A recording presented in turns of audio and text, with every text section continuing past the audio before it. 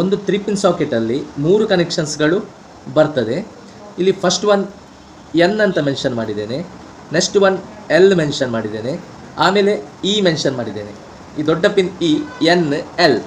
N ಅಂದರೆ neutral point, N ಅಂದರೆ neutral, L ಅಂದರೆ ಲೈನ್ ಅಥವಾ ಮತ್ತೊಂದು ಹೆಸರು ಅದಕ್ಕೆ phase, line or phase. E ಅಂತ ಹೇಳಿದರೆ ಅರ್ತ್, ಇ ಅಂದರೆ ಅರ್ತ್. ಸೊ ಎನ್ ಮೆನ್ಷನ್ ಮಾಡ್ತೇವೆ ಶಾರ್ಟಾಗಿ, ಎಲ್ ಮೆನ್ಷನ್ ಮಾಡ್ತೇವೆ ಲೈನನ್ನು, ಅರ್ಥನ್ನು ಇ ಅಂತ ಮೆನ್ಷನ್ ಮಾಡ್ತೇವೆ. ಎಲ್ಲ ಇಲ್ಲಿ ಬರ್ತದೆ ಇ ಎನ್ ಎಲ್. ಈ 3 ಪಿನ್ ಸಾಕೆಟ್ನಲ್ಲಿ ಯಾವುದರಲ್ಲಿ ಕರೆಂಟ್ ಬರ್ತದೆ, ನಾವು ಟೆಸ್ಟರ್ ಇಟ್ಟು ಟೆಸ್ಟ್ ಮಾಡಿದಾಗ ಕರೆಂಟ್ ಯಾವುದರಲ್ಲಿ ತೋರಿಸ್ತದೆ ಅದನ್ನು ಲೈನ್ ಅಂತ ಹೇಳ್ತಾರೆ, ಯಾವುದರಲ್ಲಿ ತೋರಿಸುವುದಿಲ್ಲ ಅದನ್ನು ನ್ಯೂಟ್ರಲ್ ಅಂತ ಹೇಳ್ತಾರೆ. ಮತ್ತೊಂದು ದೊಡ್ಡ ಪಿನ್ ಇದೆ ಅರ್ತ್ ಅಂತ, ಅದಕ್ಕೆ ಅರ್ತ್ ಪಾಯಿಂಟ್ ಅಂತ ಹೇಳ್ತಾರೆ.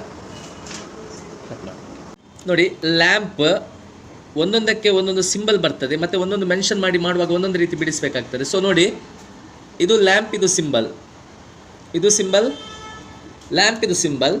ನೆಕ್ಸ್ಟ್ ಬರುವಂಥದ್ದು ಸ್ವಿಚ್, ಸ್ವಿಚ್ನ ಸಿಂಬಲ್ ಈ ರೀತಿ ಇರ್ತದೆ. ಇಲ್ಲಿ ಕನೆಕ್ಟ್ ಆಗಿಲ್ಲ, ಇದು ಆಫ್ ಪೊಸಿಷನಲ್ಲಿ, ಸ್ವಿಚ್ ಆಫ್ ಪೊಸಿಷನಲ್ಲಿ. ಆನ್ ಆದಾಗ ಸ್ವಿಚ್ ಏನಾಗ್ತದೆ ಅಂತ ಹೇಳಿದರೆ ಇದಕ್ಕೆ ಟಚ್ ಆಗ್ತದೆ, ಇದು ಆನ್ ಪೊಸಿಷನಲ್ಲಿ. ಸೊ ನಾವು ಬಿಡಿಸುವಾಗ ಸ್ವಿಚ್ಚನ್ನು ಆಫ್ ಪೊಸಿಷನಲ್ಲಿ ಡಯಾಗ್ರಾಮ್ ಮಾಡುವಾಗ ಈ ರೀತಿ ಮೆನ್ಷನ್ ಮಾಡ್ತೇವೆ. ಆನ್ ಆದಾಗ ಟಚ್ ಆಗಿ ಕರೆಂಟ್ ಅದಕ್ಕೆ ಫ್ಲೋ ಆಗ್ತದೆ. ಇದು ವೈರ್ ಅಂತ ತಿಳಿಸ್ಕೊಳ್ಳಿ, ಇದು ಒಂದು ವೈರ್, ಇದರ ಮೇಲಿಂದ ಇನ್ನೊಂದು ವೈರ್ ಈ ರೀತಿ ಹೋದರೆ ಇದನ್ನು ಕನೆಕ್ಟೆಡ್ ವೈರ್ ಅಂತ ಹೇಳ್ತಾರೆ. ಕನೆಕ್ಟ್ ಆಗಿದೆ, ಕನೆಕ್ಟೆಡ್ ವೈರ್. ಇದು ಒಂದು ವೈರ್, ಇದರ ಮೇಲಿಂದ ಇನ್ನೊಂದು ವೈರ್ ಈ ರೀತಿ ಹೋದರೆ ಇದು ನಾಟ್ ಕನೆಕ್ಟೆಡ್ ಅಂತ ಮೆನ್ಷನ್, ನಾಟ್ ಕನೆಕ್ಟೆಡ್. ಇದು ಮೇಲಿದು ಕನೆಕ್ಟೆಡ್, ಇದು ನಾಟ್ ಕನೆಕ್ಟೆಡ್. ಇದು ವೈರ್ ನ್ಯೂಟ್ರಲ್ ಎನ್ ಅಂತ ಮೆನ್ಷನ್ ಮಾಡಿದ್ದೇನೆ, ಇದು ಫೇಸ್ ಅಥವಾ ಲೈನ್ ಎಲ್ ಅಂತ ಮೆನ್ಷನ್ ಮಾಡಿದೆ. ಅರ್ತ್ ವೈರನ್ನು ಇ ಅಂತ ಮೆನ್ಷನ್ ಮಾಡಿದೆ. ಅರ್ಥದ ಸಿಂಬಲ್ ನೋಡ್ಬೋದು, ಇದು ಅರ್ಥದ ಸಿಂಬಲ್, ಅರ್ಥ ಅಥವಾ ಗ್ರೌಂಡ್ ಅಂತ ಹೇಳ್ತೇವೆ, ಅದರ ಸಿಂಬಲ್ ಈ ರೀತಿ ಬರ್ತದೆ.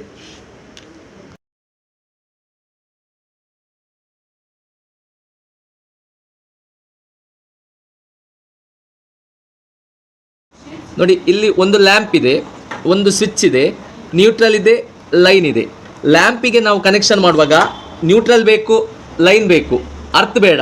ನ್ಯೂಟ್ರಲ್ ಮತ್ತು ಲೈನ್ ಬೇಕು, ಅರ್ತ್ ಬೇಡ. ಸೊ ನ್ಯೂಟ್ರಲ್, ಲೈನ್ ಎರಡನ್ನು ಯಾವ ರೀತಿ ಕನೆಕ್ಟ್ ಮಾಡೋದು ಅಂತ, ಇಲ್ಲಿ ನ್ಯೂಟ್ರಲ್ ಇದೆ, ಲೈನ್ ಇದೆ, ಇಲ್ಲಿ ಸ್ವಿಚ್ ಇದೆ, ಇಲ್ಲಿ ಲ್ಯಾಂಪ್ ಇದೆ.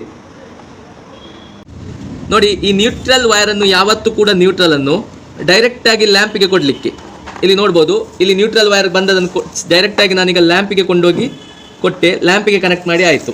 ಈಗ ಫೇಸ್ ವೈರ್, ಫೇಸನ್ನು ಯಾವತ್ತು ಕಂಟ್ರೋಲ್ ಡಿವೈಸ್ ಅಂದರೆ ಸ್ವಿಚ್, ಕಂಟ್ರೋಲ್ ಡಿವೈಸ್ ಯಾವುದಂತೇಳಿ ಸ್ವಿಚ್ ಇಲ್ಲಿ ಕಂಟ್ರೋಲ್ ಮಾಡೋದು. ಸೊ ಸ್ವಿಚ್ಚಿನ ಕೆಳಗಿನ ಪಾಯಿಂಟಿಗೆ ಫೇಸನ್ನು ಕೊಟ್ಟೆ. ಸೊ ಇಲ್ಲಿ ಫೇಸ್ ಸ್ವಿಚ್ ತನಕ ಬರ್ತಾ ಇರ್ತದೆ, ಸ್ವಿಚ್ಚನ್ನು ಆನ್ ಮಾಡಿದ ನಂತರ ಲ್ಯಾಂಪಿಗೆ ಹೋಗ್ತದೆ. ಸೊ ಈ ಮೇಲಿನ ಪಾಯಿಂಟ್ ಆನ್ ಆದಾಗ ಇದು ಇದಕ್ಕೆ ಟಚ್ ಆಗ್ತದೆ, ಹಾಗೆ ಹೇಳಿದ್ದಾನೆ, ಇದು ಇದಕ್ಕೆ ಟಚ್ ಆಗ್ತದೆ, ಟಚ್ ಆದ ನಂತರ ಫೇಸ್ ಹೋಗ್ತದೆ. ನೋಡಿ, ಈಗ ಫೇಸನ್ನು ಲ್ಯಾಂಪಿಗೆ ಕೊಡ್ತೇನೆ,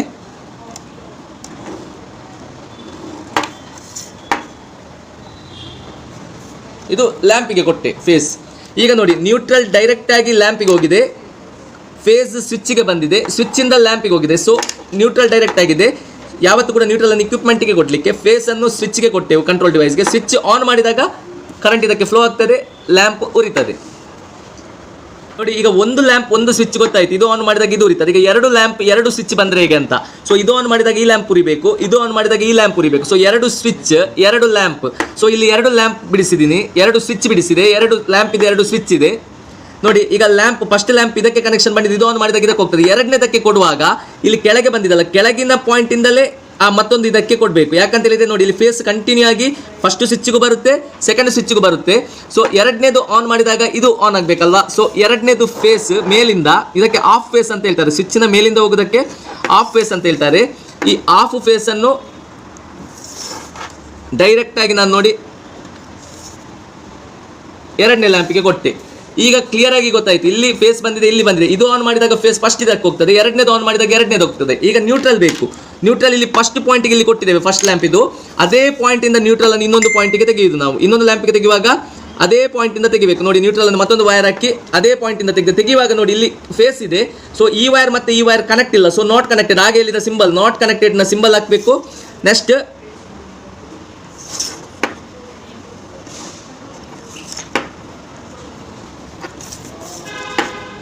ಎರಡನೇ ಲ್ಯಾಂಪಿಗೆ ಕನೆಕ್ಟ್ ಮಾಡಬೇಕು. ಈಗ ಎರಡನೇ ಲ್ಯಾಂಪಿಗೆ ಕನೆಕ್ಟ್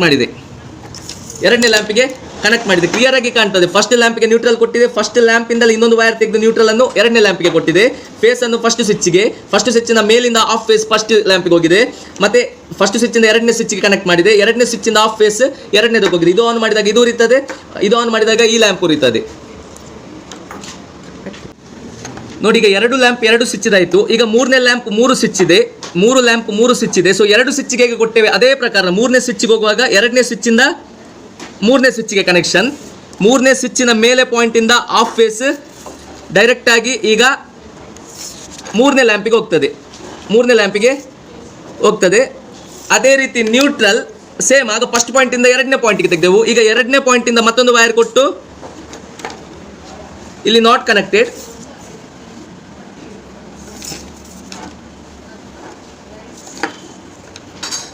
ಇದು ಮೂರನೇ ಲ್ಯಾಂಪಿಗೆ ಕೊಟ್ಟೆವು. ಸೊ ಫಸ್ಟ್ ಸ್ವಿಚ್ ಆನ್ ಮಾಡಿದಾಗ ಫಸ್ಟ್ ಲೈಟ್ ಉರಿತದೆ, ಎರಡನೇ ಸ್ವಿಚ್ ಆನ್ ಮಾಡಿದಾಗ ಎರಡನೇ ಲ್ಯಾಂಪ್, ಮೂರನೇ ಸ್ವಿಚ್ ಆನ್ ಮಾಡಿದಾಗ ಮೂರನೇ ಲ್ಯಾಂಪ್ ಉರಿತದೆ. ಸೊ ಇಲ್ಲಿ ಡೈರೆಕ್ಟ್ ಆಗಿ ಕಾಣಬಹುದು, ಫಸ್ಟ್ ಎರಡು ಮೂರು ಪಾಯಿಂಟ್ಗಳು ಡೈರೆಕ್ಟ್ ಇದೆ ಫೇಸ್, ಅಂದ್ರೆ ಇದಕ್ಕೆ ಫೇಸ್ ಕರೆಂಟ್ ಬರ್ತಾ ಇರ್ತದೆ, ಆನ್ ಮಾಡಿದಾಗ ಹೋಗ್ತದೆ. ಯಾವತ್ತೂ ಕೂಡ ನ್ಯೂಟ್ರಲ್ ಅನ್ನು ಲ್ಯಾಂಪಿಗೆ ಡೈರೆಕ್ಟ್ ಕೊಡಬೇಕು, ಫೇಸ್ ಅನ್ನು ಸ್ವಿಚ್ಗೆ ಕೊಡಬೇಕು. ಕಂಟ್ರೋಲ್ ಡಿವೈಸ್, ಸ್ವಿಚ್ ಅನ್ನು ಕಂಟ್ರೋಲ್ ಡಿವೈಸ್ ಅಂತ ಹೇಳ್ತಾರೆ. ಸೊ ಲೈನ್ ಯಾವತ್ತೂ ಕೂಡ ಸ್ವಿಚ್ಗೆ ಬರ್ತದೆ, ಸ್ವಿಚ್ ಇಂದ ಲ್ಯಾಂಪಿಗೆ ಹೋಗ್ತದೆ. ಅರ್ಥ ಪಾಯಿಂಟ್ ಇದೆ. ಈಗ ನಮಗೆ ಗೊತ್ತಾಯ್ತು ನ್ಯೂಟ್ರಲ್ ಯಾಕೆ ಬೇಕು, ಲೈನ್ ಯಾಕೆ ಬೇಕಂತ ಗೊತ್ತಾಯ್ತು. ಒಂದು ಲ್ಯಾಂಪ್ ಅನ್ನು ಉರಿಬೇಕಂತ ಹೇಳಿದ್ರೆ ಅಲ್ಲಿ ನ್ಯೂಟ್ರಲ್ ಬೇಕು, ಲೈನ್ ಬೇಕು. ಹಾಗಾದ್ರೆ ಅರ್ಥ ಪಾಯಿಂಟ್ ನ ನೆಸೆಸಿಟಿ ಏನು, ಅರ್ಥ ಪಾಯಿಂಟ್ ಯಾಕೆ ಬೇಕು, ಮನೆಯಲ್ಲಿ ಆ ಪಾಯಿಂಟ್ ಯಾಕಿದೆ ಎಂಬುದೊಂದು ಕನ್ಫ್ಯೂಷನ್ ಇದೆ. ನೋಡಿ, ಆ ಅರ್ಥ ಪಾಯಿಂಟ್ ಏನ್ ಮಾಡ್ತದೆ ಅಂತ ಹೇಳಿದ್ರೆ, ಸಾಮಾನ್ಯವಾಗಿ ನಮ್ಮ ಮನೆಯಲ್ಲಿ DVD ಪ್ಲೇಯರ್ಸ್ ಇರ್ತದೆ. DVD ಪ್ಲೇಯರ್ ಅಲ್ಲಿ 2 ಪ್ಲಗ್ ಬರ್ತದೆ. ಮನೆಯಲ್ಲಿ ಫ್ರಿಡ್ಜ್ ಉಂಟು, ವಾಷಿಂಗ್ ಮೆಷಿನ್ ಉಂಟು, ಅದರಲ್ಲಿ 3 ಪ್ಲಗ್ ಬರ್ತದೆ. ಆ 3 ಪಿನ್ ಇರುವಂತ 3 ಪ್ಲಗ್ ಬರ್ತದೆ. ಸೊ ಇಲ್ಲಿ DVD ಪ್ಲೇಯರ್ ಅಲ್ಲಿ 2 ಪಿನ್ ಉಂಟು, ಆ ವಾಷಿಂಗ್ ಮೆಷಿನ್ ಆಗಿರ್ಬೋದು, ಫ್ರಿಡ್ಜ್ ಆಗಿರ್ಬೋದು, ಅದರಲ್ಲಿ 3 ಪಿನ್ ಉಂಟು. ಯಾಕುಂಟು, ಅದರಲ್ಲಿ ಏನು ಬೆನಿಫಿಟ್, ಅರ್ಥಿದು ನೆಸೆಸಿಟಿ ಏನೆಂಬುದು ಇದರಲ್ಲಿ ಕ್ಲಿಯರ್ ಆಗಿ ಗೊತ್ತಾಗ್ತದೆ. DVD ಪ್ಲೇಯರ್ ಅನ್ನು ನೀವು ಕನೆಕ್ಟ್ ಮಾಡಿ ಆನ್ ಮಾಡಿದಾಗ ನೀವು DVD ಪ್ಲೇಯರ್ ನ ಬಾಡಿ ಟಚ್ ಮಾಡಿದಾಗ ನಮಗೆ ಅಲ್ಲಿ ಅರ್ಥ ಆಗ್ತದೆ ಅಂತ ಹೇಳ್ತಾರೆ. ಅಂತ ಹೇಳಿದ್ರೆ ಅಲ್ಲಿ ಆ DVD ಪ್ಲೇಯರ್ ಅಲ್ಲಿ ಲೀಕ್ ಇದ್ದಂತ ಕರೆಂಟ್ ನಮಗೆ ಫೀಲ್ ಆಗ್ತದೆ, ನಮ್ಮ ಬಾಡಿ ಮೂಲಕ ಅರ್ಥಗೆ ಹೋಗ್ತದೆ. ಅದೇ ನೀವು ಫ್ರಿಡ್ಜ್ ಅನ್ನು ಮುಟ್ಟಿದಾಗ ಫ್ರಿಡ್ಜ್ನ ಬಾಡಿ ಮೇಲೆ ಅದು ಫೀಲ್ ಆಗಲ್ಲ. ಯಾಕಂತ ಹೇಳಿದ್ರೆ ಇಲ್ಲಿ DVD ಪ್ಲೇಯರ್ ಅಲ್ಲಿ ಆ ಅರ್ಥ ಪಾಯಿಂಟ್ ನಾವಾಗಿದ್ದೇವೆ ಅಂತ ಹೇಳಿದ್ರೆ ಅರ್ಥ ಪಾಯಿಂಟ್ ಇಲ್ಲದ ಕಾರಣ ಟಚ್ ಮಾಡಿದಾಗ ಲೀಕ್ ಇದ್ದಂತ ಕರೆಂಟ್ ನಮ್ಮ ಬಾಡಿ ಮೂಲಕ ಅರ್ಥಗೆ ಹೋಗ್ತದೆ, ಗ್ರೌಂಡ್ಗೆ ಹೋಗ್ತದೆ, ಕೆಳಗೆ ಹೋಗ್ತದೆ. ಅದೇ ಆ ಇದರಲ್ಲಿ ನಮ್ಮ ರೆಫ್ರಿಜರೇಟರ್ ಅಲ್ಲಿ ಆಗಿರ್ಬೋದು, ವಾಷಿಂಗ್ ಮೆಷಿನ್ ಅಲ್ಲಿ ಆಗಿರ್ಬೋದು, ಆ ಮೂರನೇ ಪ್ಲಗ್ ಇರುವ ಕಾರಣ, ಮೂರನೇ ಪಾಯಿಂಟ್ ಇರುವ ಕಾರಣ, ಮೂರನೇ ಪಾಯಿಂಟ್ ಅನ್ನು ಆ ಎಕ್ವಿಪ್ಮೆಂಟ್ ನ ಬಾಡಿಗೆ ಕೊಟ್ಟಿರ್ತಾರೆ. ಆ ಲೀಕ್ ಇದ್ದ ಕರೆಂಟ್ ಆ ಪಾಯಿಂಟ್ ಮೂಲಕ ಅರ್ಥಗೆ ಹೋಗ್ತದೆ. ಈ ಅರ್ಥ ಕನೆಕ್ಷನ್ ಇದಲ್ಲ, ಈ ಅರ್ಥ ಕನೆಕ್ಷನ್ ಎಲ್ಲ ಪಾಯಿಂಟ್ಗಳು ಮನೆಯ ಹೊರಗಡೆ ಒಂದು ಪೈಪ್ ಅರ್ಥಿಂಗ್ ಮಾಡಿರ್ತಾರೆ, ಒಂದು ಪೈಪ್ ಹಾಕಿ ಅರ್ಥಿಂಗ್ ಮಾಡಿರ್ತಾರೆ, ಮೀಟರ್ ಹತ್ರ ಇರ್ತದೆ, ಅಲ್ಲಿಗೆ ಕನೆಕ್ಟ್ ಮಾಡಿರ್ತಾರೆ. ಲೀಕ್ ಇದ್ದ ಕರೆಂಟ್ಗಳೆಲ್ಲ ಅದಕ್ಕೆ ಹೋಗ್ತದೆ.